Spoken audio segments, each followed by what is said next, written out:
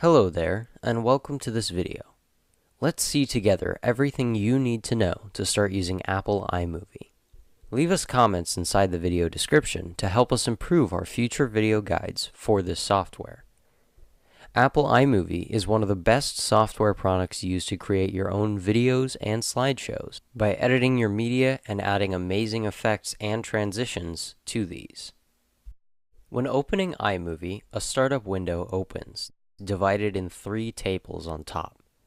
Media is used to check your iMovie libraries, which are collections of media that share a same topic. You can create new custom libraries by right-clicking on a vacant space and going to New Event.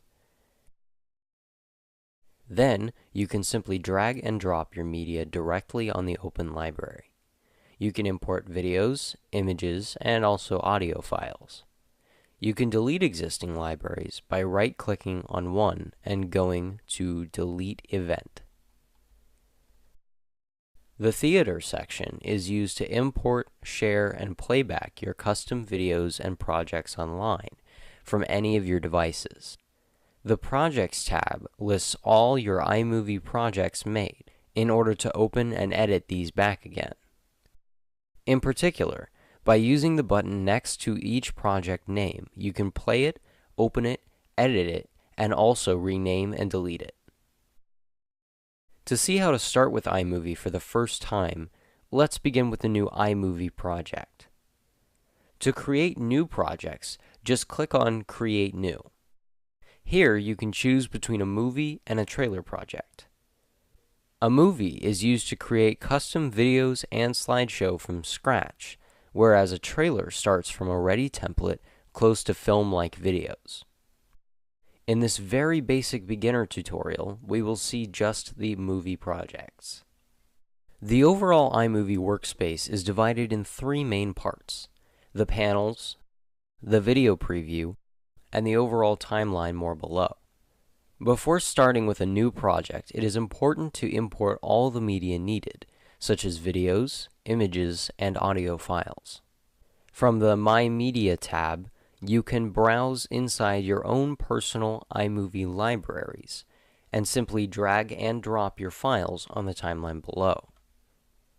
You can also use the Audio section to browse for your own tracks from iTunes, GarageBand, or for special audio effects available on your Mac. You can also use the Import button on top in order to browse inside your Mac and pick and import your files, or even drag and drop these from an open Mac folder directly. All files imported inside the project timeline are shown as big rectangles called clips, and are all listed inside the Project Media Library under the My Media tab. Before starting to edit, it is important to know how to preview the content of your project.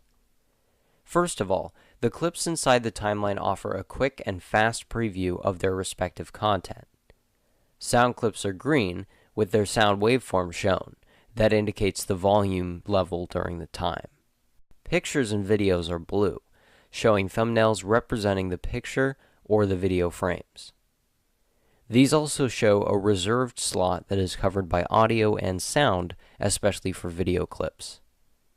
For an overall preview on the whole project, you can use the Video Preview. Use its player below or the spacebar key to quickly play back and pause both videos and sound. Also, play back in full screen mode by using the button on the far right. As you can see, a delicate zoom on pictures is always applied by default. Especially when you're editing your project, you may need to get faster previews on it. If you hover your pointer on the timeline and move it, the video preview shows what the overall project frames look like. When your pointer goes out on the timeline, the preview shows what is under the gray playhead, that it can be fixed by clicking on the timeline. This also fixes the starting point of the preview player. Let's see how to edit and customize your iMovie project. The filled timeline below is composed by 2 rows filled by videos and images called video tracks, and another 2 or more rows used to place audio and sound files called audio tracks. Further below, there is also another row that you can use for audio files. Each clip can be moved in time by clicking and dragging it on the left or right. If you have videos with audio, you will move both, of course. In case you want to make a video and audio independent, just right-click on the clip and go to Detach Audio. At this point, video frames and audio will be two separate clips.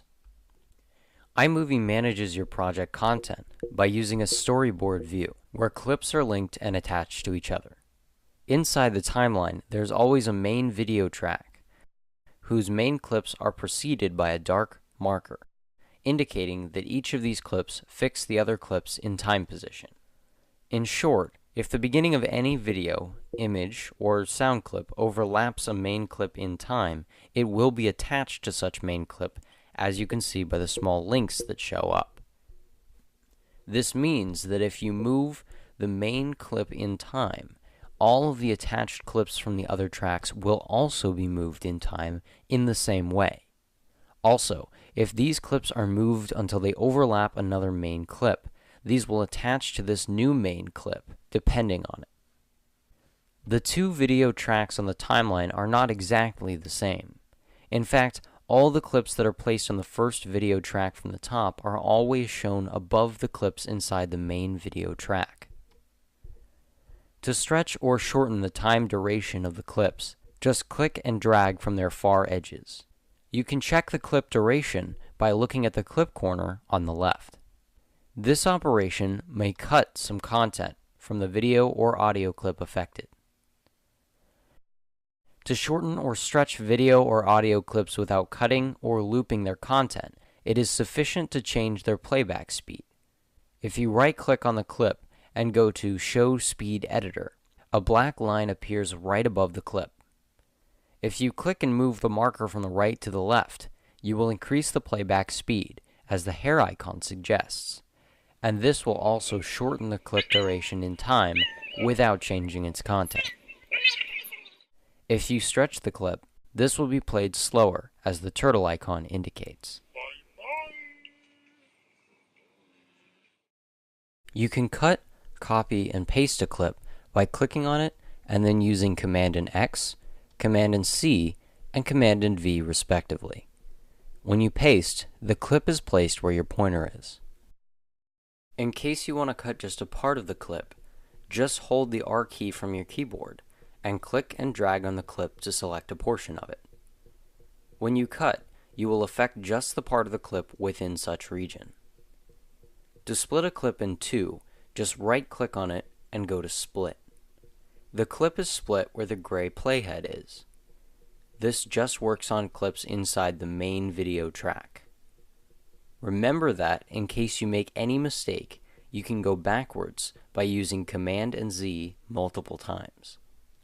There are other nice things you can make directly on each clip. When you hover over a visible clip, two markers appear on its extreme edges. If you click and drag these, you will create a fade transition, where the clip transparency changes in time in order to make it appear at the beginning and disappear at its end. This can be applied on audio clips as well, with the difference that this transition acts on the sound volume.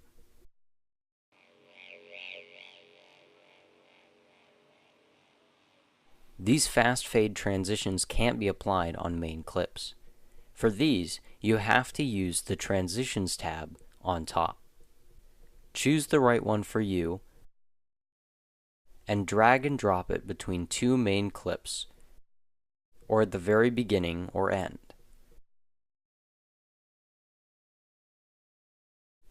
Consider that these transitions may reduce the clip's duration depending on the length of the transitions applied.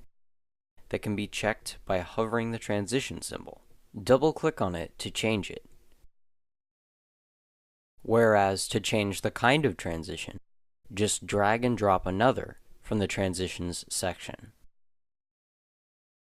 Even more, when you hover on an audio clip, you can click and pull up or down the black straight line you see in order to regulate its volume in a uniform way. Avoid any red waveform, since this causes sound saturation. iMovie allows you to fully edit the content of each video, image, or sound clip through several tools available right above the video preview that turn on or off depending on the clip chosen from the timeline. For example, if you select any video or image clip, you can use the color balance and color correction to correct the colors of the clip. The cropping tool to crop the clip by using the nodes in the preview. If you select a clip which is not inside the main video track, you can also use video overlay settings to adjust the way the clip must overlap on the main clip below it by regulating opacity, selecting split screen, or applying a great picture-in-picture effect, regulating the clip size through the nodes, and the clip placement by clicking and dragging it where you like. If you select audio clips or videos with audio, you can regulate sound from the other tools.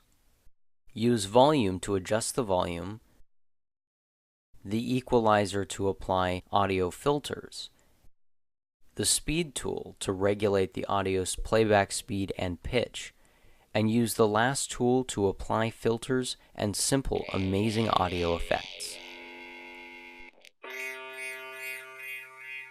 Keep in mind that you may need to click on the checkmark button on the far right to apply the changes on some of these tools. Inside iMovie, you can also add text and titles by using the Ready Templates under the Titles tab. Choose one and drag and drop it from inside your timeline. This will create a title clip under a violet color with duration and title content on it. This piece of text can be fully edited by clicking on it and using the Title Settings tool above the video preview. Click inside to type in and edit all the text properties by using the options above.